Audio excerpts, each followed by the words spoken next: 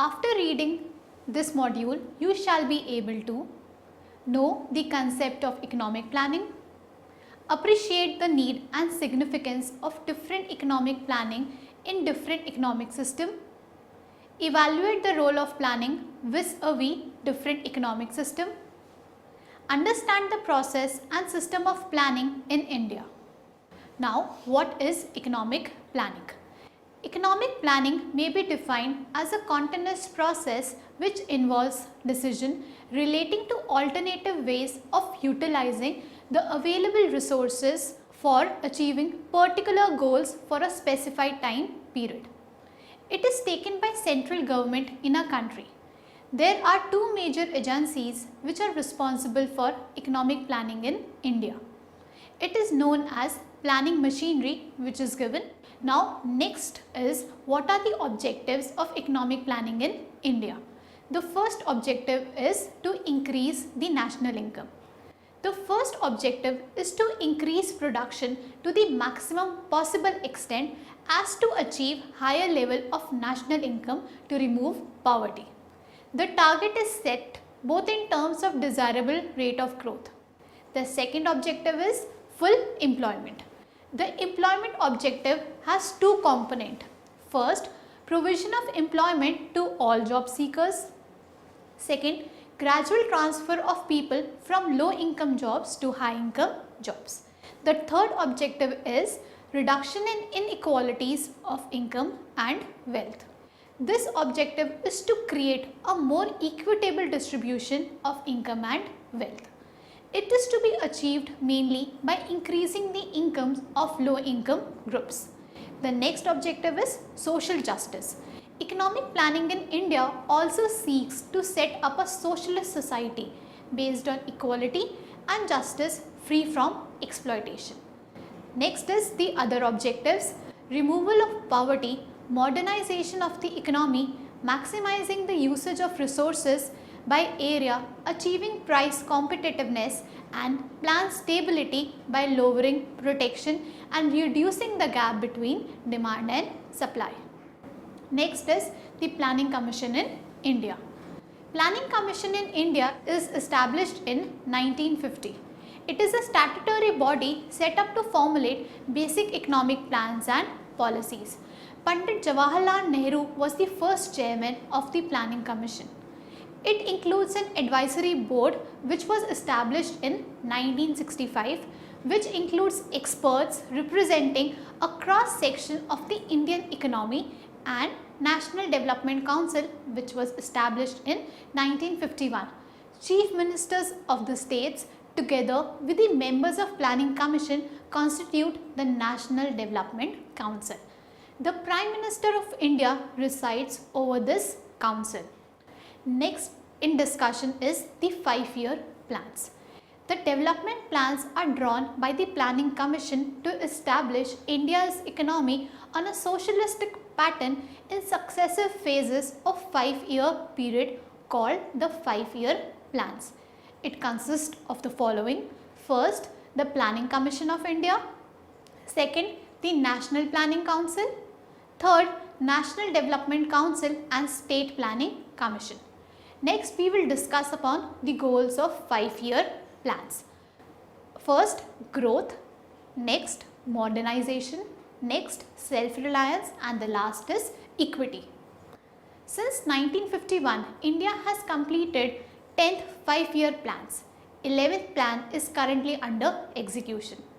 The guiding principles of the India's 5-year plan are provided by the basic objectives of growth, employment, self-reliance and social justice. Apart from these objectives, each 5-year plan takes into account the new constraints and possibilities faced during the period and attempts to make necessary directional changes and emphasis. During the first 5-year plan, that is 1951 to 56, India was facing 3 major problems. First, influx of refugees; next, severe food crisis, and last, mounting inflation. India had also to correct the disequilibrium in the economy caused by the Second World War and partition of the country. Therefore, the first plan emphasized as its immediate objectives and rehabilitation of refugees, rapid agriculture development so as to achieve food self-sufficiency in the shortest possible time and inflation control. The second plan from 1956 to 61 started in an atmosphere of economic stability. Agricultural targets fixed in first plan had been achieved. Poverty level had registered a fall, and consequently it was felt that the Indian economy had reached a stage where agriculture could be assigned a lower priority and a forward thrust should be made in the development of heavy and basic industries of the economy for more rapid advance in future. The third plan, which is from 1961 to 66, gave top priority to agriculture, but it also laid adequate emphasis on development of basic industries, which were vitally necessary for rapid economic development of the country. However, because of India's conflict with China in 1962 and Pakistan in 1965, the approach of the third plan was later shifted from development to defense.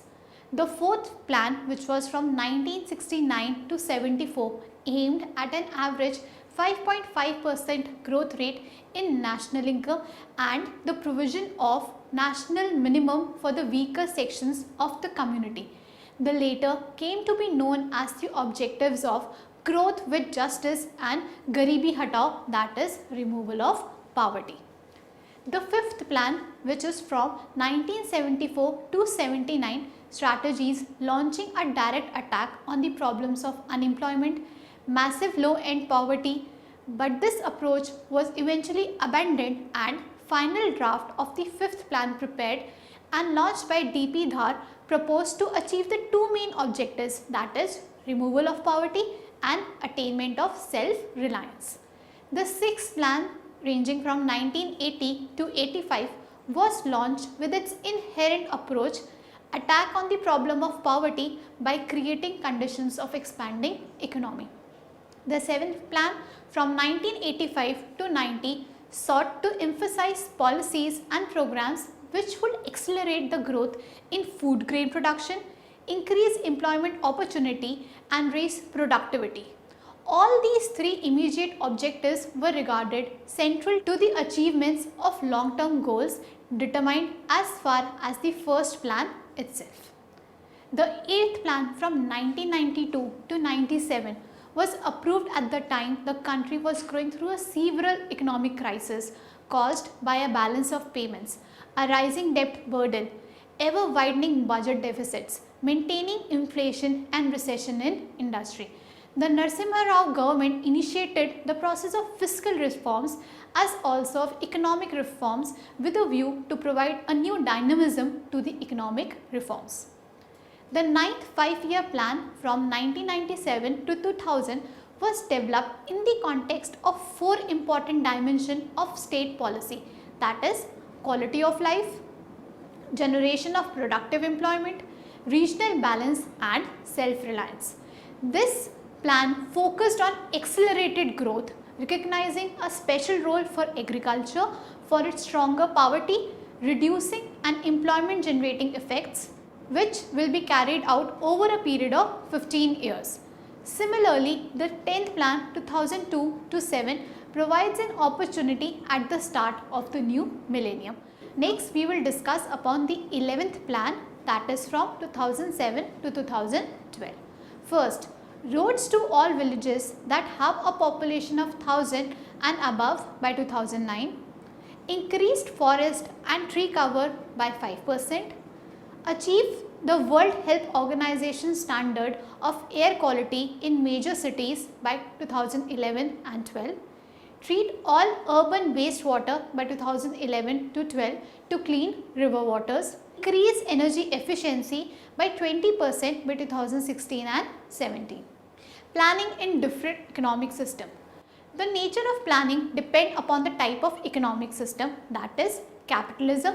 A free market economy is an economic system in which private individuals own the material means for production for the purpose of profit, like USA and Great Britain. Socialist, it is an economic system in which the material means of production owned by the whole community or society. Examples of countries are Poland and Hungary. Or mixed economy. Mixed economy is an economic system in which the material means of production owned by both private and community public sector like India's economic system. Another discussion is on planning in capitalist economy. Under this economic system, planning is more inductive and democratic in nature. State interventions is limited for formulation of a plan and adoption of indirect controls. The state can only issue guidelines and not directives. This type of planning has limited effectiveness. Second, planning in socialist economy. In the socialist system, planning is of an imperative type and it is totalitarian in nature. Detailed targets are laid down for different industries. Apart from these, additional growth strategies and project objectives are also considered in this type of economic system. Production units are obliged to follow the plan. These production units are controlled by state. Next is planning in mixed economy. Planning is very difficult in this type of economy. On the one hand, planning has to be meaningful, cannot be merely of an indicative type, nor it can be of an imperative nature in the absence of state control on the means of production. Next, we will discuss upon what are the achievements of planning in India. Development of economic infrastructure, diversification of exports and import substitution, development of science and technology, development of education system, increase in national and per capita income, progress in agriculture, progress in the use of agricultural inputs, increased agricultural production. Now, next is a discussion upon the fundamental failures of planning. Progress in industry, failure to eliminate poverty, failure to provide employment, failure to reduce inequalities of income and wealth, failure to check the growth of black money. Now, in depth we will discuss upon the failure of the planning process. Instead of showing high growth, high public savings and a high degree of self-reliance, India was actually showing one of the lowest rates of growth in the developing world with a rising public deficit and a periodic balance of payment crisis. Between 1950 and 1990, India's growth rate averaged less than 4% per annum, and this was at a time when the developing world, including sub-Saharan Africa and other least developed countries, showed a growth rate of 5.2% per annum. An important assumption in the choice of post-independence development strategy was the generation of public savings, which could be used for higher and higher levels of investment. However, this did not happen, and the public sector, instead of being a generator of savings for the community's good time and over time a consumer of community savings. This reversal of roles had become evident by the early 70s, and the process reached its culmination by the early 80s. By then, the government began to borrow not only to meet its revenue expenditure but also to finance public sector deficits and investments. During 1960 to 1975, total public sector borrowings averaged 4.4% of GDP. This increased to 6% of GDP by 1980 to 81 and further to 9% by 1989 to 90. Thus, the public sector, which was supposed to generate resources for the growth of the rest of the economy, gradually became a net drain on the society as a whole. Now, there are some reasons for the deterioration of the public sector in India.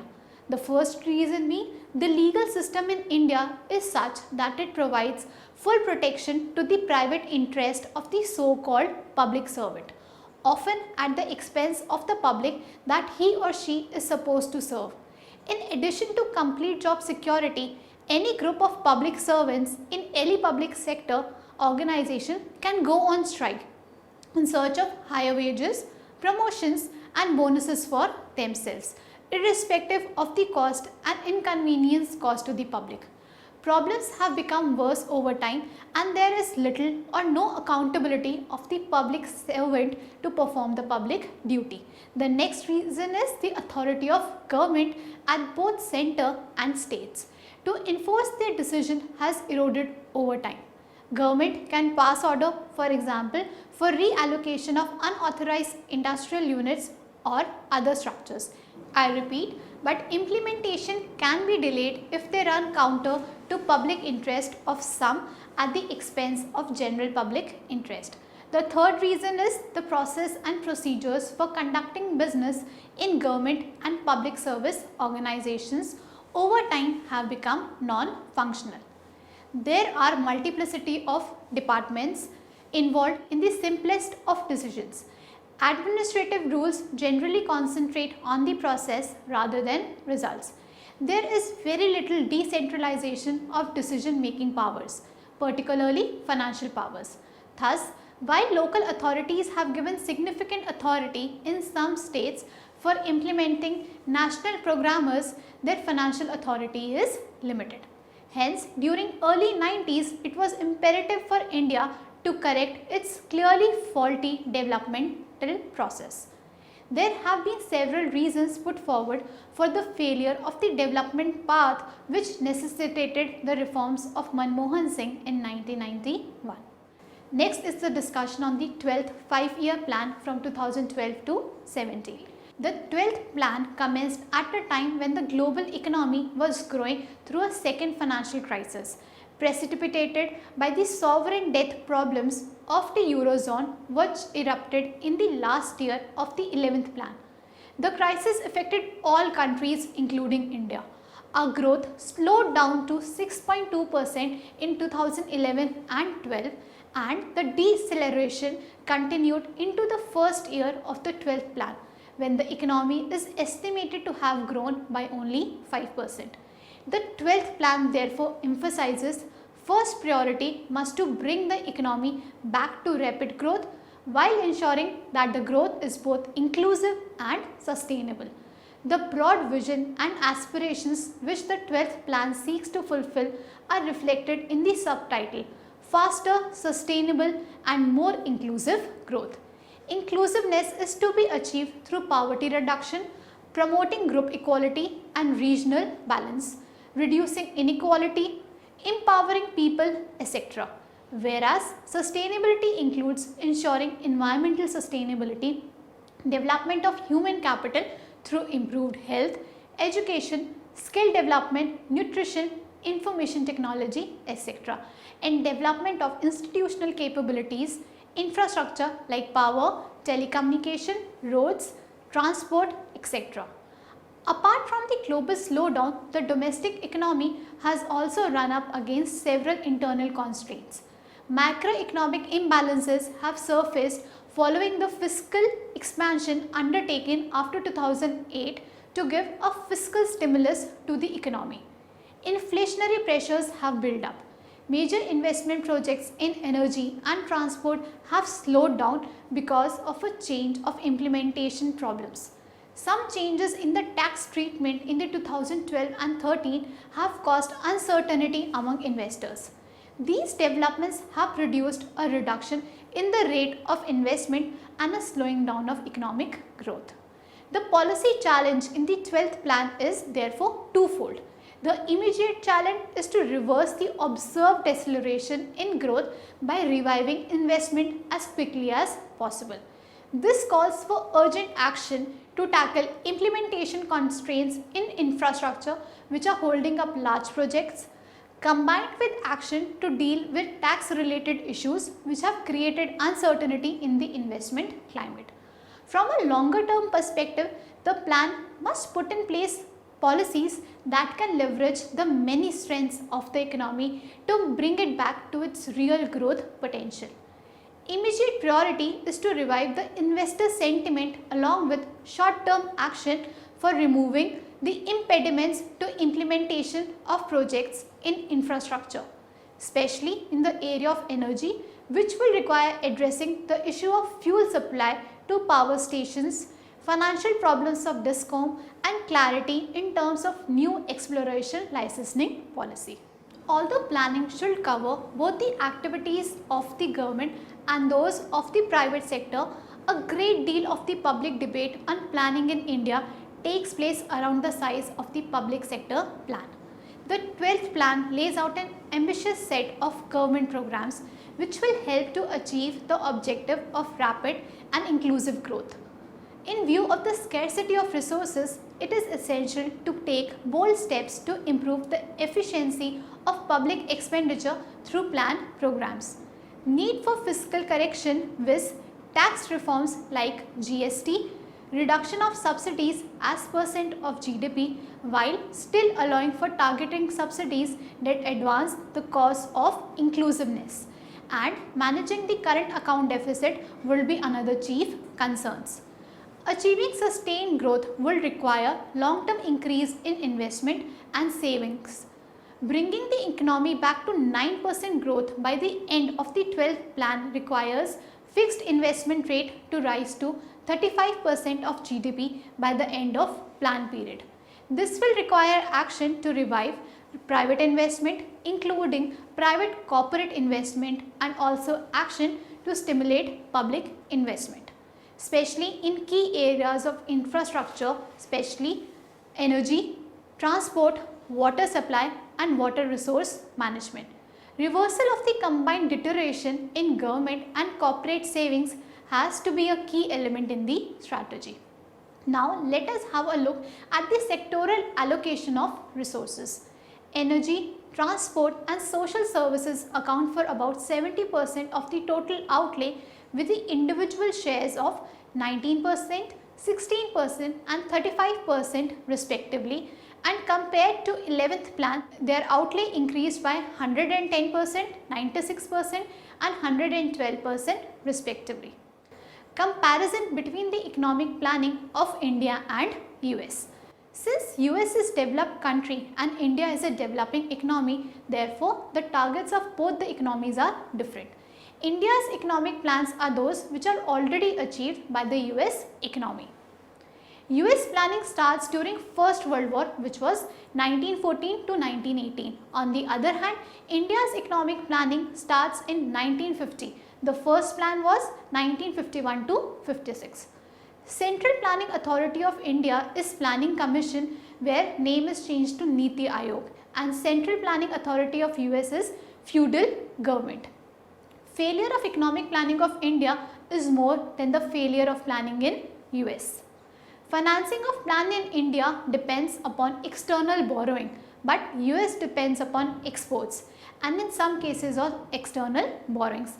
But the dependence on external borrowing is more in India. Now the current analysis. The economy of India boasts of being the fourth largest economy in the world after the United States, China and Japan. The country's per capita GDP measured in PPP was $3,500 in 2010 and ranked at 161, making it a lower middle income economy. The country recorded the highest growth rates and touched to as 9% GDP in the mid 2000s. It was then considered by many financial institutions as one of the fastest growing economies in the world.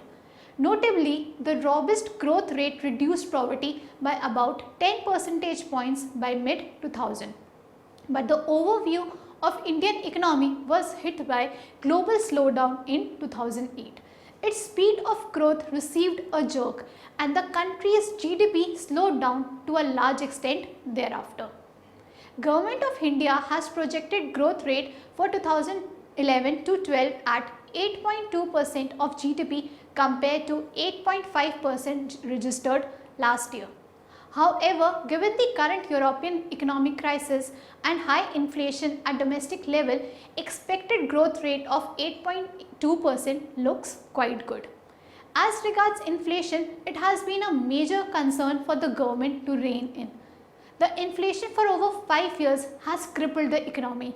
In 2005, the company witnessed inflation as low as 4%. Thereafter, the graph has been constantly rising. At many times, inflation has reached to double digit.